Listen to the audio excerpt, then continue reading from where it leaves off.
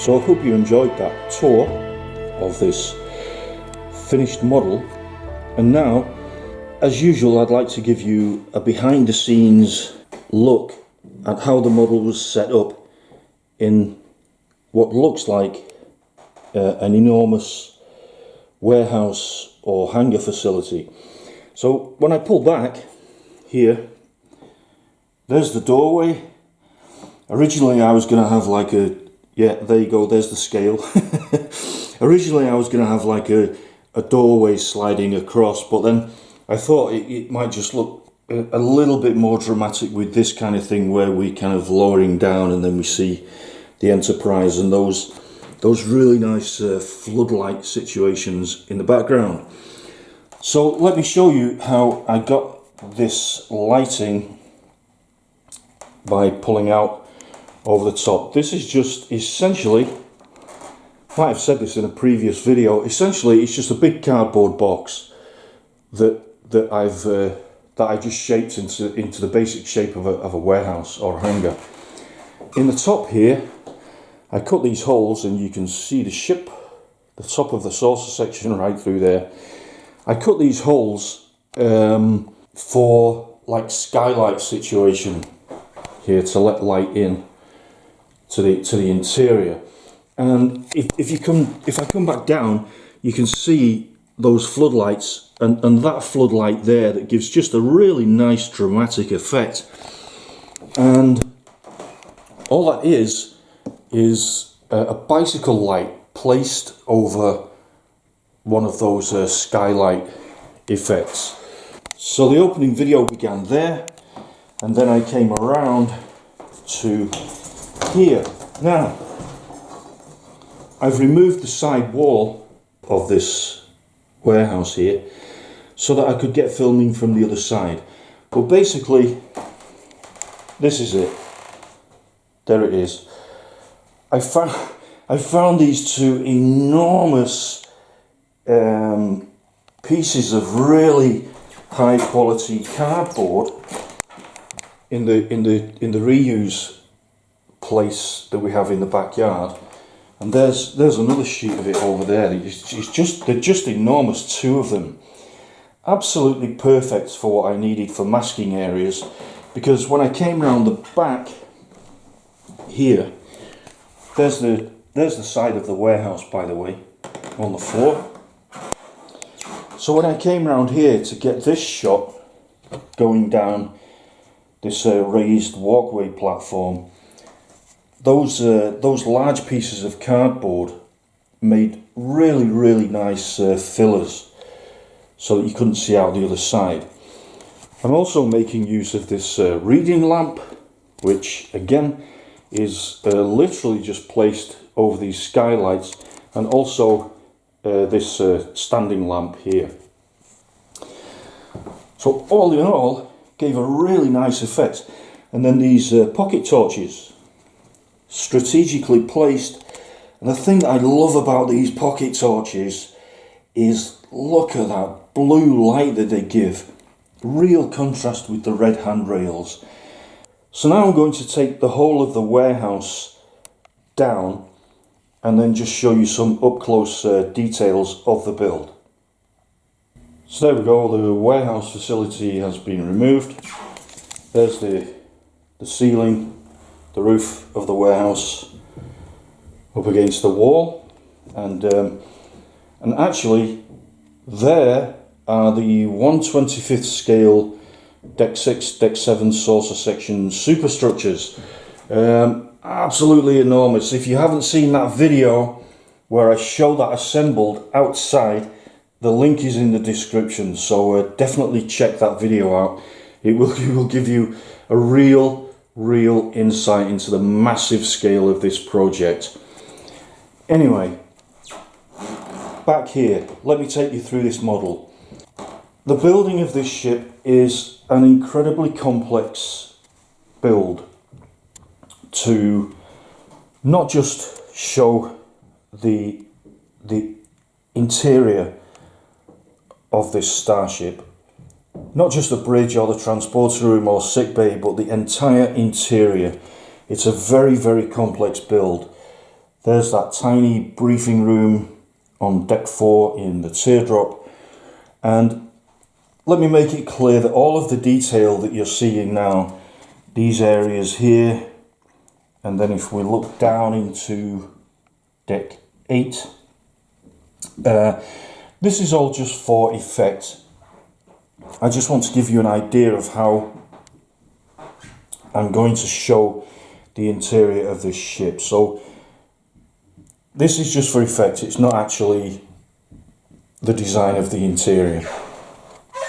So my idea is that there will be a circular walkway going all the way around the outside, and you're going to get some real up close experiences with the ship. I mean, standing right in front of the Buzzard collector on one of those massive nacelles as we go past. So continuing round, my idea is that you can go around and look down into the ship from this circular viewing platform.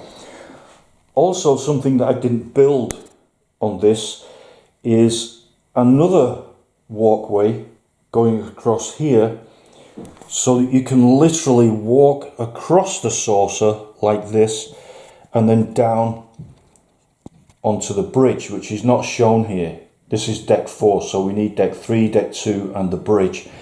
But I mean, can you just imagine that? This will give you something that nothing on screen ever could. To actually be stood there looking down onto the bridge and just get the entire scale of the rest of the ship. Okay, so then we come around this walkway here. There's some transporter room style steps leading up onto this walkway, which is a little bit higher, and I did it a little bit higher on purpose so that if there's like a group of people walking around here, if you're on this level, you're slightly higher, so you can see over their heads into the saucer and such. Walking along the entire length of the ship, or almost the entire length of the ship, and looking down. Something else that I didn't build on this model was my idea is also to have 2 lifts, or at least 1 lift going up, giving wheelchair access to this level, and also people can also just use the lift even if they're not in a wheelchair. The building of the ship is incredibly complex, but actually the building of the structure allowing to see the ship is almost as complex. Coming round to the back of the ship, again, I've got ramps here for wheelchair access, so you can come up in your wheelchair, or you can just walk up and then you can look right in to that 1/25th scale hangar bay and then see the rest of the ship just looming in the distance there. This is just giving a real scale of the original Enterprise. Coming around here, there's another platform available by a stairway where you can go up and get close in to look at the detail of the secondary hull. Now, here's the thing. It will be absolutely impossible to show all the decks if they're stacked in regular order. So my idea is to remove some of the decks, like here, and they will be on separate display, the full deck, on the outside, somewhere on the outside of the exhibition here. So whatever is not shown in here, or in the saucer, or underneath deck 8, 9, 10 and 11, will be created in full somewhere around the outside of the exhibition. So you can get to see the full ship. I did think, and maybe there still will be, some like slide outs on the ship, and I was even thinking of doing a slide out section of the saucer. But I'm kind of moving away from that, because what I don't want, or actually what I do want, is when people come in and walk through this door, I want them to see the Enterprise and just be like on the floor in awe. I don't want them to walk in and see bits of it all over the place. You know, half of the secondary hull taken away, just bits of it. I want them to experience the full feel of the ship. And then, of course,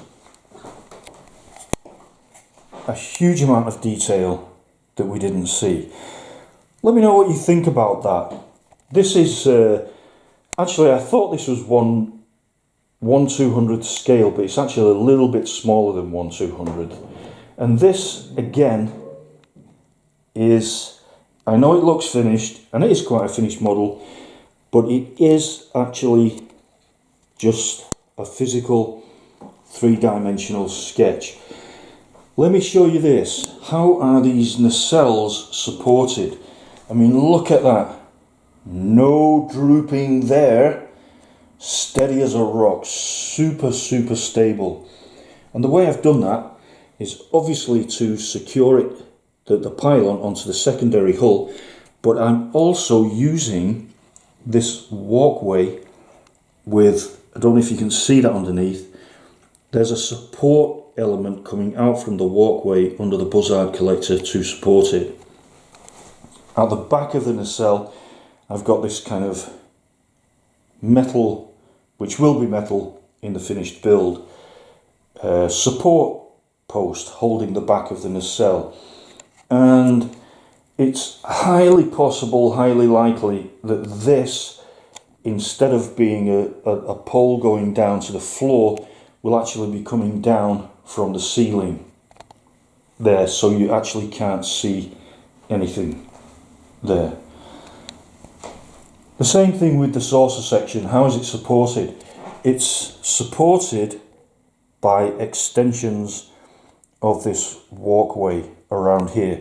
The walkway is super secure and stable, and this saucer section is supported on it. It probably will have metal supports going from the walkway through to the mid part of the saucer, but that's how I'm supporting it, as opposed to what you saw in one of the previous videos where it was a series of posts going down. So the only posts you can see here now are of the walkway going around, which are away from the ship. And now, as mentioned in the previous video, we are now into the second phase of this 5-year mission. What goes down from here? I'm going to show you. So what I'm going to build now is a 1/100th scale version of this, complete with the interior. So not the 1/25th scale, it's a 1/100th scale. Let me just put that into some kind of perspective for you. There's the saucer section of the slightly smaller than 1/200th scale, and then if I pull out, I've laid out the surface area of the saucer section for the 1/100th scale. It's absolutely huge, and again, this puts into some kind of perspective how massive this project is, because this is 138 centimeters long. It's huge. But the 1/25th scale saucer section is going to be the size of the floor of this apartment. Two very important reasons why I'm doing a highly finished 1/100th scale version. The first reason, and possibly the most important reason, is to get absolutely everything correct. When I was making this model here, there were so many things that I came across that I hadn't thought of. This will essentially be a miniature version of the 1/25th scale. There will be a team of us building that, headed by myself, and when we get to that, it's basically just translating this 1/100th scale into the big version. So there's no mistakes.